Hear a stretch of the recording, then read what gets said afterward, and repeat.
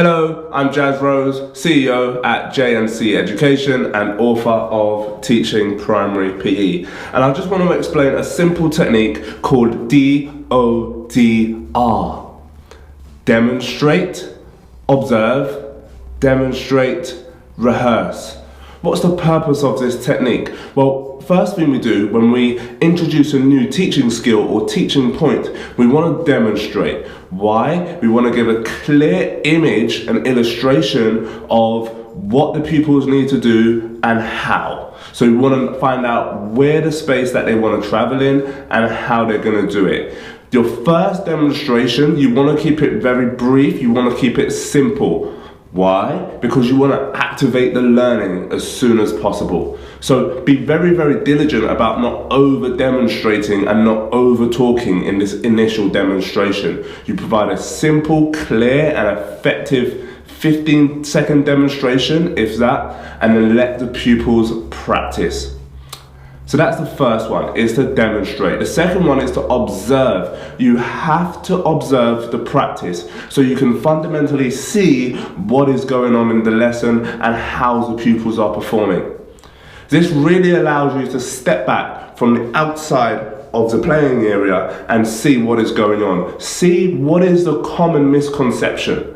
And this is an area where you really need to look at what is the biggest, most obvious misconception that's going to help improve the pupil's skill level so that you can move on to the next phase of the learning journey.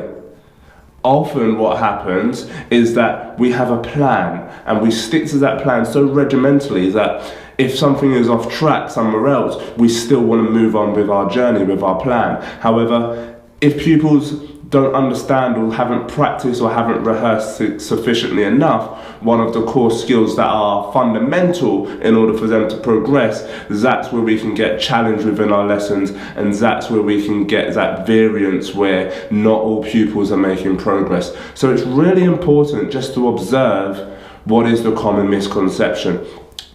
I remember about 4 or 5 years ago down in Southall, I did a teacher training event, and one of the first things I asked the PE teachers to do was to jog around and find a space.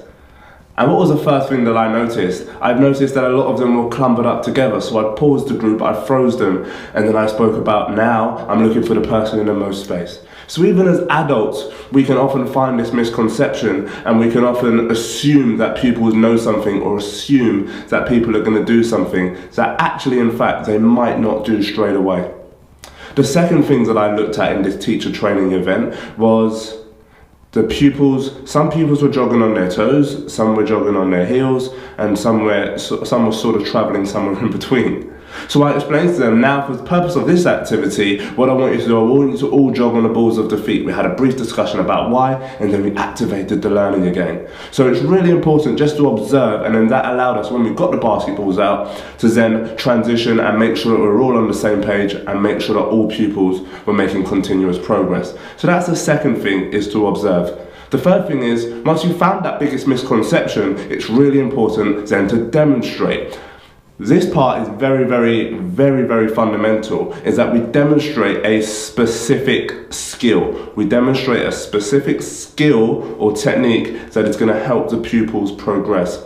A common misconception from us as teachers is that we want to teach them everything all at once. I like to use the acronym TOTAT, teach one thing at a time.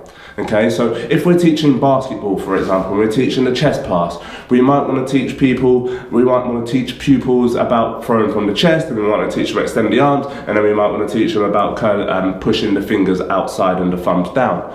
So if the biggest misconception is the pupils are not holding the ball at their chest, which is commonly the case, but again, you have to go back to your observe to see where the common misconception is, and this is the place where you can start your teaching from. If the common misconception is they're not throwing it from their chest, say, right, I want everybody to throw it from the chest. Where are we going to throw it from? Chest. Good. Who can show me? Good. Everyone say chest, chest. And then everyone is throwing from the chest. Once they've mastered that and they've refined that particular skill, then you can pause the group, maybe model something else, and then look at, okay, now some of us aren't fully extended. So now I want to look at a full extension of the arms to ensure that the ball reaches to our partner. Do we understand? Yes, sir. brilliant, away we go. And then the pupils can practice. Which brings us on to our fourth point, which is to rehearse. We must allow pupils sufficient time to rehearse and practice the key technique. I like to refer to the acronym PIP. Practice improves performance. And it's fundamental, it's really, really important that we don't overteach, we don't overtalk and spend 30 minutes of the lesson teaching or talking about the learning objective at hand, and only 15 or 30 minutes the pupil is actually activating in the learning space. So one of the important things while we're rehearsing the key technique is to talk it through. Narrate the positive. So if Simon is doing really well, Simon, I love the way you're fully extending your arms. Excellent, keep it going. Sarah, I love the way you've thrown your thumbs down and extended. Superb, keep throwing those thumbs down. So therefore, as a pupil, whilst I'm activated in the learning process, I'm still listening and I can still hear. I can then self-assess. Am I throwing my thumbs down on release of the ball to ensure significant rotation? Am I extending my arms fully? Am I throwing? And I can continually self-assess whilst I'm also actively experiencing and actively taking part in the learning journey at hand. So what have we spoken about today? We've spoken about DODR. Demonstrate, simple, clear, efficient demonstration to start. Observe. Find what the common misconception is and then talk about it, and then allow to demonstrate it. On the second demonstration, be really, really clear to demonstrate a specific and refined part of the skill. Don't overteach it. Rehearse, allow them significant time to rehearse the skill that you've demonstrated, and then repeat the process. DODR, a really powerful and effective technique. Why is it effective and why does it help our teaching? Well, the first thing, it simplifies the learning journey. It makes it really simple, really clear, really efficient. The second thing is we can constantly check for misconceptions. And then the third thing is that we can really ensure whole class progress. Everyone is on the same journey at the same time and making optimum progress as we go through. In other videos, we're going to talk about differentiation and then how we can differentiate to ensure that all pupils are optimizing, not only making progress, but really optimizing that too. So I hope you found this video useful. Do feel free to share it with anyone who might benefit from receiving it.